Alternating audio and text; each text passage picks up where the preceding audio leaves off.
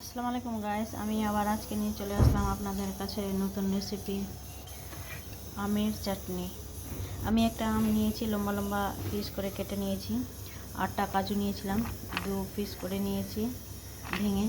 2টা নিয়েছি খেজুরকে লম্বা লম্বা পিস করে কেটে নিয়েছি। 2টা শুকনো লঙ্কা নিয়েছি, 2টা এলাচ, এক টুকরো দারচিনি, 2টা ছোট তেজপাতা নিয়েছি।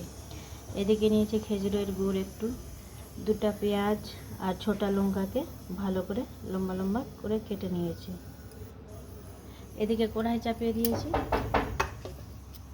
এদিকে আমি তেল দিয়ে দেব। আমি একটু রিফাইন্ড অয়েল দিয়েছি, তোমরা পারলে সরষের তেলও দিতে পারো। এবার আমি আগে দিয়ে দিলাম এই শুকনো 2টো লঙ্কাটা শুকনো লঙ্কা কালো হয়ে গেছে। এবার আমি দিয়ে দিব 5 ফোড়ন।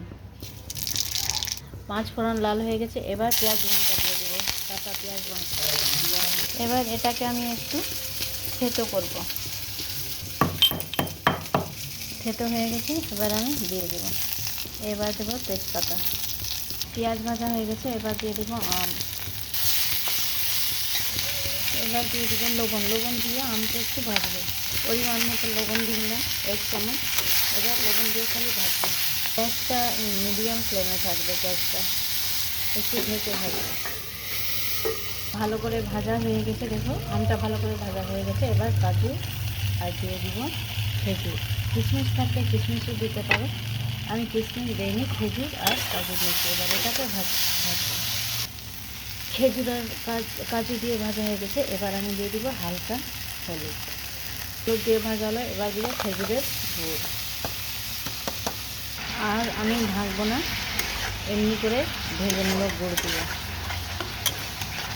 গুড়ের জলটা শুকাবে, বাস নামিয়ে নেব। আমার চাটনিটা হয়ে গেছে।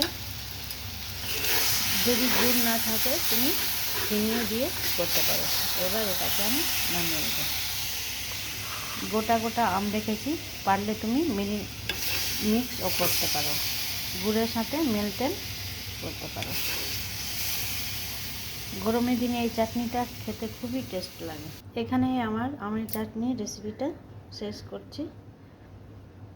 ওকে গাইস, থ্যাংক ইউ, খুদা হাফিজ।